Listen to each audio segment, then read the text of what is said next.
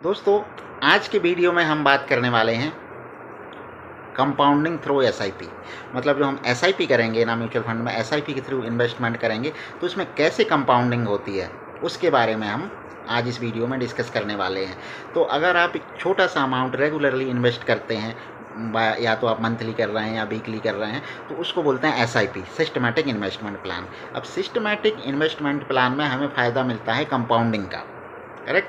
मतलब पहले मंथ में कुछ आपका ग्रोथ होगी और दूसरे मंथ में जो ग्रोथ होगी ना, जो पहले मंथ की ग्रोथ हुई है उसमें भी ग्रोथ होगी और जो आपका मेन इन्वेस्टमेंट है उसमें भी ग्रोथ होगी। तो कंपाउंडिंग में क्या होता है कि हमें इंटरेस्ट पर भी इंटरेस्ट मिलता है। इस चीज़ को हम पहले ही समझ चुके हैं।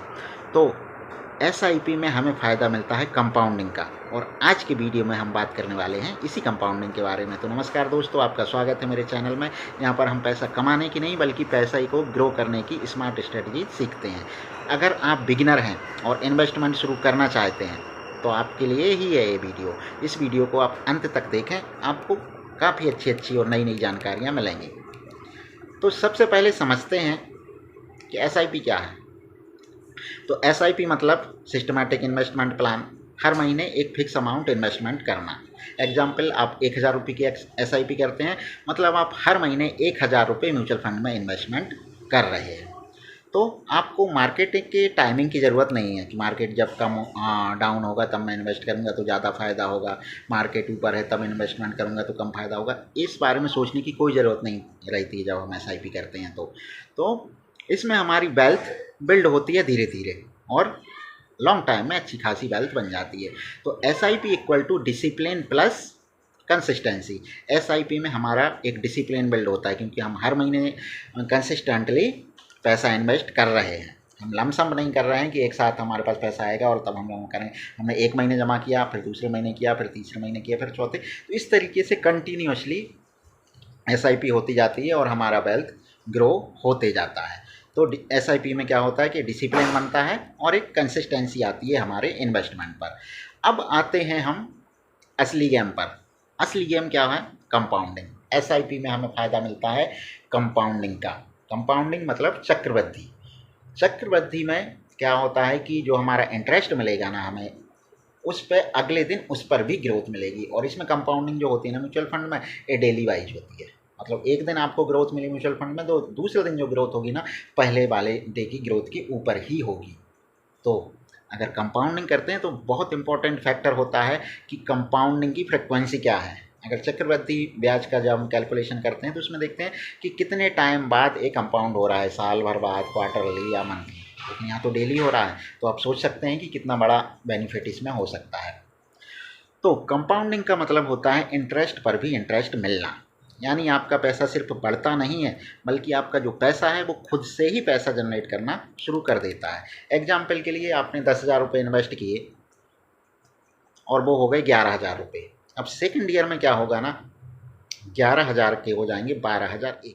तो आप देख रहे हैं कि ये है ईयरली कंपाउंडिंग, जिसमें पहले साल में हमें 1,000 का प्रॉफिट हुआ, लेकिन सेम अमाउंट पर अगले साल हमें 1,000 का नहीं हुआ, बल्कि जो 1,000 पर जो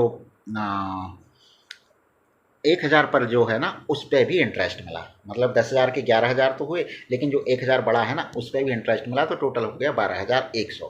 तो चक्रवृद्धि में क्या होता है ना, सेकेंड ईयर से या फिर एक कंपाउंडिंग सर्किल कंप्लीट होने के बाद जो इंटरेस्ट है ना वो ओरिजिनल अमाउंट पर तो मिलता ही है, लेकिन जो ओरिजिनल अमाउंट का इंटरेस्ट है ना उसके ऊपर भी मिलता है, और इसे बोलते हैं कंपाउंडिंग का मैजिक।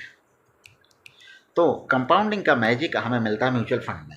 जैसे हमने म्यूचुअल फंड में इन्वेस्टमेंट कर दिया 10,000 रुपये, और एक महीने बाद वो होगा 11,000 रुपये, तो उसके बाद जो अगले दिन होगा ना, टोटल इन्वेस्टमेंट आपका माना जाएगा 11,000, और उस पर जो भी ग्रोथ होगी ना पूरे 11,000 पे होगी। ऐसा नहीं कि आपके सिर्फ जो आपने शुरू में इन्वेस्ट किया था 10,000 उस पर ही ग्रोथ होगी। जितनी उसकी डेली ग्रोथ होती जाएगी अगले दिन उसके ऊपर ग्रोथ होगी। तो ये होती है कंपाउंडिंग, और इसमें डेली कंपाउंडिंग होती है। इसीलिए एसआईपी में पैसा, म्यूचुअल फंड इन्वेस्टिंग में पैसा बनता है। अब हम हर महीने इसकी एसआईपी भी कर रहे हैं, तो जो हमारा जो कैपिटल है वो तो और बढ़ते जा रहा है। एक तरफ कैपिटल बढ़ रहा है, दूसरा हमारे इंटरेस्ट पे भी इंटरेस्ट मिल रहा है, तो इसमें डबल कंपाउंडिंग हो जाती है।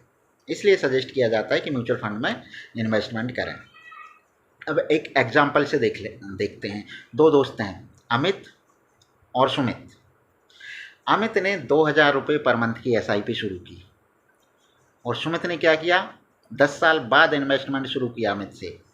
तो अब क्या होगा, अमित कम इन्वेस्टमेंट करेगा तो भी उसकी ग्रोथ ज़्यादा होगी, और सुमित अगर ज़्यादा इन्वेस्टमेंट भी करेगा तो भी उसकी ग्रोथ कम होगी। कैसे, ये समझते हैं कि अगर आप 5,000 रुपये का इन्वेस्टमेंट करते हैं मंथली, तो 25 साल में जो आपका अमाउंट है ना, लगभग 85 लाख होता है, और 30 साल में जो अमाउंट है वो 1.5 करोड़ होता है। अब मान लीजिए किसी ने सिर्फ 5 साल बाद इन्वेस्टमेंट शुरू किया, तो क्या होगा, 25 साल बाद उसका अमाउंट होगा 85 लाख रुपए, और दूसरा बंदा जिसने सेम अमाउंट से 5 साल पहले इन्वेस्ट किया है उसका हो जाएगा 1.5 करोड़ रुपए। तो कितना अंतर आ गया इसमें, लगभग 65 लाख का अंतर सिर्फ इस वजह से आया है कि एक बंदे ने 5 साल पहले इन्वेस्ट किया और दूसरे ने 5 साल बाद इन्वेस्ट किया। तो रिजल्ट क्या होता है कि जो पहले इन्वेस्टमेंट स्टार्ट कर देता है वो भले ही कम अमाउंट से करे लेकिन उसकी ग्रोथ ज़्यादा होती है, और जो बाद में इन्वेस्टमेंट स्टार्ट करता है, लेट इन्वेस्टमेंट स्टार्ट करता है, तो वो भले ही डबल इन्वेस्टमेंट करे, डबल अमाउंट से इन्वेस्ट करे, लेकिन वो उतनी ग्रोथ नहीं पा सकता जितना पहले इन्वेस्टमेंट शुरू करने वाला पा लेता है। तो यहाँ पर भी इस एग्जाम्पल में भी यही हो रहा है, अमित का इन्वेस्टमेंट ग्रोथ ज़्यादा है और सुमित का कम है, क्योंकि सुमित ने लेट स्टार्ट किया। अब चलिए देखते हैं मैजिक नंबर। अगर आप करते हैं 3,000 पर मंथ की SIP और उसका रिटर्न होता है 12% पर ईयर, और वो 25 साल के लिए इन्वेस्टमेंट करते हैं, जैसे अभी मैंने बताया था कि 5,000 पर मंथ को करते हैं 25 साल के लिए तो 85 होता है। अब अगर आप 3,000 पर मंथ SIP करते हैं तो उसका रिजल्ट आता है 50 से 60 लाख। अब आप सोच रहे हो कि ये नंबर कहाँ से ला रहे हैं, ये रैंडमली तो नहीं बोल रहे हैं।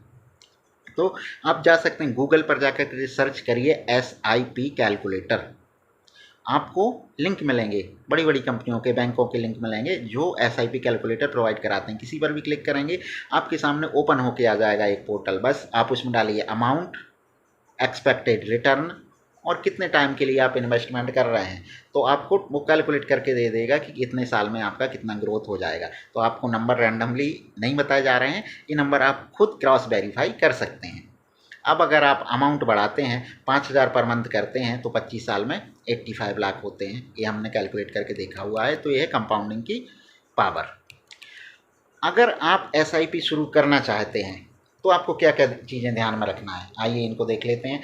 अगर आप चाहते हैं कि SIP शुरू करें, इन्वेस्टमेंट शुरू करें, तो सबसे पहली चीज़ तो ये है कि जितना जल्दी हो सके उतना जल्दी शुरू करें। या आप ऑलरेडी शुरू कर चुके हैं तो ये तो बहुत अच्छी बात है, इससे बढ़िया कुछ है ही नहीं। अगर आपने आज तक SIP शुरू नहीं करी है तो आज अभी इसी टाइम से आप शुरू कर सकते हैं। आप कमेंट में लिख सकते हैं कि please guide how to start SIP, उस बारे में मैं गाइड करूँगा। आपको कोई और सजेशन चाहिए जो इस वीडियो में नहीं है, आपको जिस वीडियो से सॉल्यूशन नहीं मिल रहा है, तो आप कमेंट करिए कि ये वाली चीज़ इसमें डिस्कस नहीं हुई है इस वीडियो में, तो उसके बारे में मैं और एक्सप्लेन करें तो मैं और एक्सप्लेन करके दूंगा। क्योंकि मेरा तो पर्पज़ ही यही है कि ज़्यादा से ज़्यादा लोग फाइनेंशियली एजुकेट हों, ज़्यादा से ज़्यादा लोगों में फाइनेंशियली अवेयरनेस फैले। तो पहले चीज़ आपको क्या ध्यान में रखना है कि जल्दी से जल्दी इन्वेस्टमेंट शुरू करना है, क्योंकि इन्वेस्टमेंट के लिए जितना टाइम मिलेगा उतना ज़्यादा कंपाउंडिंग होगा और उतना ज़्यादा फ़ायदा आपको होगा। लॉन्ग टर्म की सोचें, शॉर्ट टर्म में आपको फ़ायदा ज़्यादा नहीं दिखेगा, आपको लगेगा कि कम ग्रोथ हो रही है, लेकिन जितने जैसे जैसे टाइम बढ़ता जाता है आपकी ग्रोथ भी मल्टीप्लाई होती जाती है।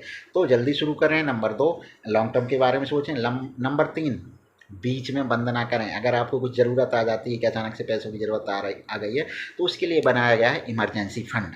आप मेरे वीडियोज़ देखिए इमरजेंसी फ़ंड के बारे में, तो आपको समझ में आएगा कि इमरजेंसी फ़ंड क्या होता है और उसकी क्या इंपॉर्टेंस है। तो अगर आपको कोई इमरजेंसी आ जाए तो इमरजेंसी फ़ंड का यूज करें, लेकिन जो आपने गोल बेस्ड इन्वेस्टिंग करी है उसको बीच में ब्रेक ना करें। अगर आप उसको बीच में ब्रेक करते हैं तो कंपाउंडिंग का जो बेनिफिट है वो रुक जाएगा। अगली बार जब आप फिर से इन्वेस्टमेंट शुरू करेंगे तो फिर से वो जीरो से स्टार्ट होगा और उसको ग्रो करने में काफ़ी टाइम लगेगा। और चौथी चीज़, सिप को स्टेप अप करें। जो SIP है ना उसको स्टेप अप करें। जैसे आप कर रहे हैं 1,000 रुपये पर मंथ, अब आज से 5 साल बाद भी वही कर रहे हैं 1,000 रुपये पर मंथ, तो ये तो गलत है, क्योंकि 5 साल में आपकी इनकम भी तो बढ़ती है। तो जिस तरीके से आपकी इनकम बढ़ती जाती है, हर साल 10% बढ़ रही है, तो आप हर साल 10% SIP ग्रोथ में भी स्टेप अप कर दें। जैसे इस बार 1 साल कर रहे हैं 1,000 रुपये पर मंथ, अगले साल से कर दें 1,100 रुपये पर मंथ, फिर कर दें 1,500 रुपये पर मंथ, फिर कर दें 2,000 रुपये पर मंथ। इस तरीके से जैसे जैसे आपकी इनकम बढ़ती जाती है आप अपनी SIP को भी स्टेप अप करते जाएँ, धीरे धीरे बढ़ाते जाएँ। कंसिस्टेंसी अगर आप रखते हैं तो सक्सेस गारंटीड मिलती है। अब चलिए देखते हैं कि कौन सी नॉर्मल गलतियाँ इन्वेस्टर करते हैं। तो इसमें गलतियाँ क्या करते हैं, लोग सोचते हैं कि जल्दी से जल्दी हमें प्रॉफिट मिलेगा, जल्दी प्रॉफिट एक्सपेक्ट करते हैं।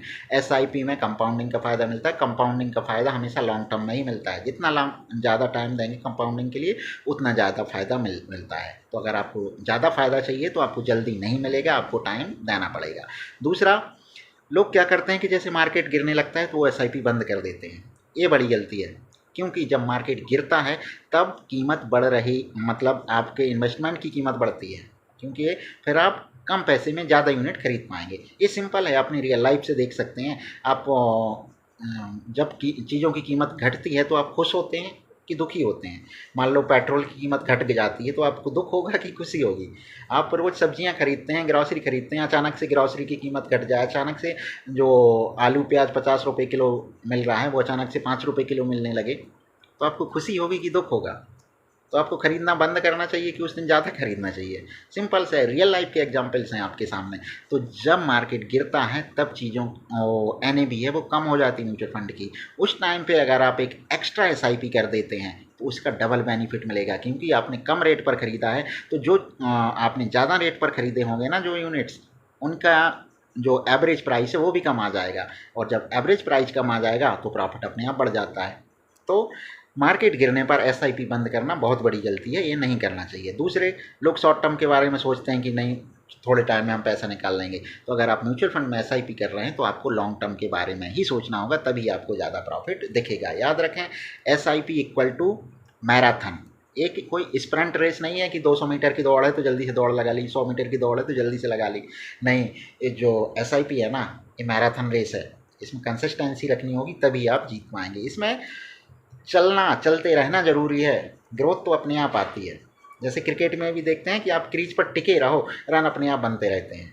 वैसे ये है SIP है, आप SIP करते रहो, लॉन्ग टर्म के लिए इन्वेस्टेड रहो, वेल्थ अपने आप जनरेट होती है।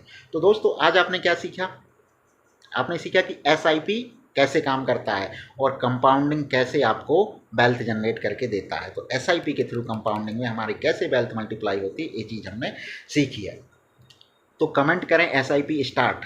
अगर आप आज से ही शुरू कर रहे हैं तो आप नीचे कमेंट करें SIP स्टार्ट, और चैनल को सब्सक्राइब कर लें, क्योंकि अगले वीडियो में हम क्या देखेंगे? अगले वीडियो में हम देखेंगे म्यूचुअल फंड के कौन कौन से टाइप्स हैं और बेस्ट टाइप कौन सा है, कौन सा म्यूचुअल फंड का टाइप किसके लिए सूटेबल है, ये डिस्कस करेंगे हम अगले वीडियो में।